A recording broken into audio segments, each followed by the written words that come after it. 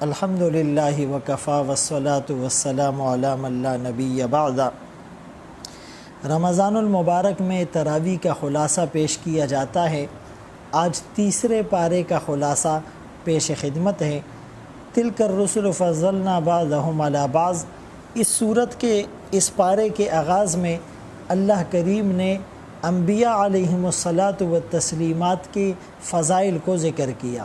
منہم من کلم اللہ، کسی کو اللہ نے کلیم اللہ بنایا، کسی کو اللہ نے روح اللہ بنایا، کسی کو اللہ نے حبیب اللہ بنایا، کسی کو اللہ نے خلیفۃ اللہ بنایا۔ لیکن ہمارے لیے ان سب پر ایمان لانا، ان کا اکرام اور تکریم کرنا وہ ضروری ہے۔ اس تیسرے پارے میں آیت الکرسی ہے جو قرآن کریم کی آیات میں افضل ترین آیت ہیں، جو قرآن کریم کی آیات کی سردار ہیں۔ حدیث پاک میں آتا ہے، فرمایا کہ جو ہر فرض نماز کے بعد آیت الکرسی پڑھے گا تو اس کے اور جنت کے بیچ میں صرف موت حائل ہے، یعنی جو اس عمل کی پابندی کرے گا جیسے ہی مرے گا فوراً اس کا ٹھکانہ جنت ہوگا۔ حضرت ابو ذر رضی اللہ تعالیٰ عنہ نے بھی اس کو عظیم آیت قرار دیا تھا۔ اسی پارے میں ابراہیم علیہ السلام کا وقت کے بادشاہ نمرود کے ساتھ مناظرہ بھی ہیں کہ جب ابراہیم علیہ السلام نے کہا میرا رب زندہ کرتا ہے مارتا ہے، تو اس نے بھی ایک گناہ کو پکڑ کر قتل کروا دیا اور ایک قتل کے مجرم کو رہا کر دیا کہ انا احیی و امید، میں بھی زندہ کرتا ہوں، میں بھی مار سکتا ہوں۔ ابراہیم علیہ السلام نے دوسری دلیل دی، فَإِنَّ اللَّهَ يَأْتِي بِالشَّمْسِ مِنَ الْمَشْرِقِ فَأْتِ بِهَا مِنَ الْمَغْرِبِ فَبُهِتَ الَّذِي كَفَرَ۔ میرا اللہ تو سورج مشرق سے طلوع کرتا ہے، تم مغرب سے طلوع کر کے دکھاؤ۔ کفر حیران، ہکا بکا ششدر ورتہ حیرت میں ڈوب گیا۔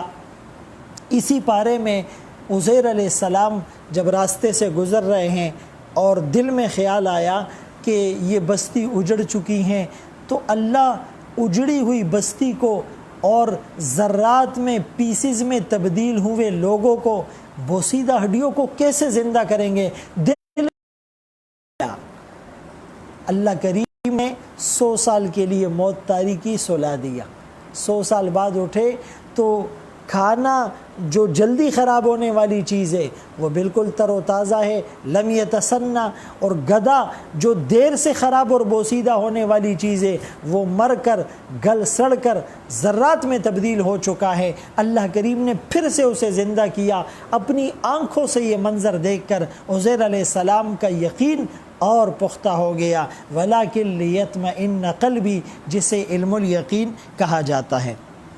اللہ کے راستے میں خرچ کرنے پر فضائل بتلائے گئے کہ جیسے ایک بیج کے سان زمین میں بوتا ہے، انبتت 7 سنابل، اس سے 7 خوشے نکلتے ہیں، فی کل سنبلۃ 100 حبہ، ہر خوشے میں 100 بالیاں ہوتی ہیں، ایک پر 700، اور کبھی تو یضاعف لمن یشاء، اس سے بھی دگنا بغیر حساب اور کیلکولیشن اور لمیٹیشن کے اللہ عطا کرتے ہیں۔ لیکن اس میں اخلاص ہونا چاہیے۔ سود کی حرمت کو ذکر کیا کہ سود کھانے والے، سود کھلانے والے، سود کا لین دین کرنے والے قیامت کے دن ایسی بیماری انہیں لگے گی کہ وہ جیسے کسی کو جن نے خپتی کر دیا ہو، لڑکھڑاتے ہوئے وہ چل رہے ہوں گے، اور ایک سگنیفیکنٹ سائن ہوگا، ساری دنیا کو پتہ چلے گا کہ یہ دنیا میں سود کھایا کرتا تھا۔ اسی پارے میں آیت مداینہ ہے جو قرآن کی سب سے بڑی آیت ہے۔ یا ایھا الذین آمنوا اذا تداینتم بدین الی اجل مسمی فاکتبوا، کہ جب تم نے کسی سے لین دین کرنا ہے اور ادھار پر کرنا ہے اور اس میں وقت ہے بیچ میں، تو تم اس کو لکھ لو، اور لکھنے والا بھی کاتب جو ہیں وہ عادل ہو۔ زندگی موت کا پتہ نہیں، صحت کا پتہ نہیں، انسان کی نیت کا پتہ نہیں، اسی لیے جب وہ چیز رائٹنگ میں ہوگی تو زیادہ امید یہ ہے کہ اس میں خرابی پیدا نہیں ہوگی۔ سورہ آل عمران 200 آیات 20 رکوع پر مشتمل ہیں۔ سورہ بقرہ اور سورہ آل عمران جو پڑھے گا قیامت کے دن میدان محشر کی گرمی میں یہ سائبان کی طرح اپنے پڑھنے والوں کو چھت اور سایہ مہیا کرے گی۔ اسی صورت میں اور تیسرے پارے میں زکریا علیہ السلام کا قصہ ہے کہ اللہ نے بڑھاپے میں اللہ نے اولاد دی، اور اس کی وجہ یہ بنی کہ یہ حضرت مریم کی کفالت کیا کرتے تھے۔ تو ایک دن جب آئے تو باہر سے دروازہ کھولا، اندر دیکھا کہ ان کے پاس پھل میوے ہیں وہ بھی بے موسم۔ تو حیرت اس پر ہوئی کہ دروازہ بند ہے، دروازہ کسی نے کھولا نہیں، یہ پھل کہاں سے آئے، اور پھر پھل بھی بغیر موسم کے۔ تو حیرت سے سوال کر بیٹھے انا لکی ھذا، اے مریم یہ پھل میوے کہاں سے آئے ہیں؟ تو وہ کہنے لگی کہ یہ تو اللہ کی طرف سے ہے، ہوا من عند اللہ، اللہ جس کو رزق چاہے بغیر حساب کے بغیر موسم کے دے دیتا ہے، وہ اسباب کا محتاج تو نہیں۔ ہنالک دعا زکریا رب، یہیں پر زکریا علیہ السلام نے اپنے رب کو پکارا، اے اللہ جب آپ بند کمرے میں حضرت مریم کو بے موسم پھل دے سکتے ہیں تو مجھے بڑھاپے میں بے موسم اولاد کیوں نہیں مل سکتی؟ اللہ کریم نے دعا کو سنا اور انہیں اولاد عطا کی۔ عیسیٰ علیہ السلام کو اللہ نے زندہ آسمانوں پر اٹھایا۔ اس قال اللہ یا عیسیٰ انی متوفیک ورافعک الی ومطہرک من الذین کفروا وجاعل الذین اتبعوک فوق الذین کفروا الی یوم القیامہ۔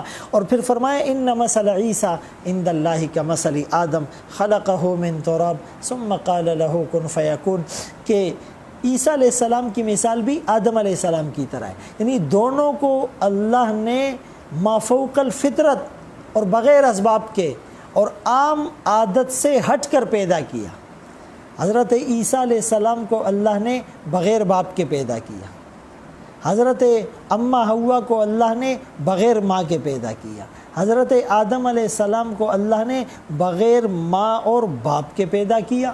تو ایک اللہ کی سنت ہے کہ مرد عورت میاں بیوی ملیں گے، حمل ٹھہرے گا تو اولاد ہوگی، اور ایک اللہ کی قدرت ہے وہ چاہے تو بغیر باپ کے حضرت عیسیٰ علیہ السلام کو پیدا کرے، وہ چاہے تو بغیر ماں کے حضرت اماں حوا کو پیدا کرے، وہ چاہے تو بغیر ماں اور باپ کے حضرت آدم علیہ السلام کو پیدا کرے، وہ چاہے تو بڑھاپے میں حضرت زکریا علیہ السلام کو اولاد دے، وہ چاہے تو بڑھاپے میں ابراہیم علیہ السلام کو اولاد دے، وہ چاہے تو سب کچھ اسباب کے ہوتے ہوئے بھی اللہ کسی کو بانجھ بنائے، اولاد نہ دے، کسی کو بیٹے دے، کسی کو بیٹیاں دے، کسی کو دونوں دے، کسی کو کچھ نہ دے۔ یہب لمن یشاء اناثا، اللہ جس کو چاہے بیٹیاں دے، جس کو چاہے بیٹے دے، او یزوجہم ذکرانا و اناثا، کسی کو بیٹے بیٹیاں دونوں دے، وَيَجْعَلُ مَن يَشَاءُ عَقِيمًا، کسی کو بانجھ بنائے۔ اسی پارے میں دعوت کا ایک اسلوب بتلایا گیا جسے ہم کامن ایجنڈا یا ون پوائنٹ ایجنڈا کہہ سکتے ہیں، کہ آپ کسی کو جب اسلام کی دعوت دیں گے اللہ کی وحدانیت اور ربوبیت پر قائل کرنے کی کوشش کریں گے تو وہ آسان طریقہ کیا ہے؟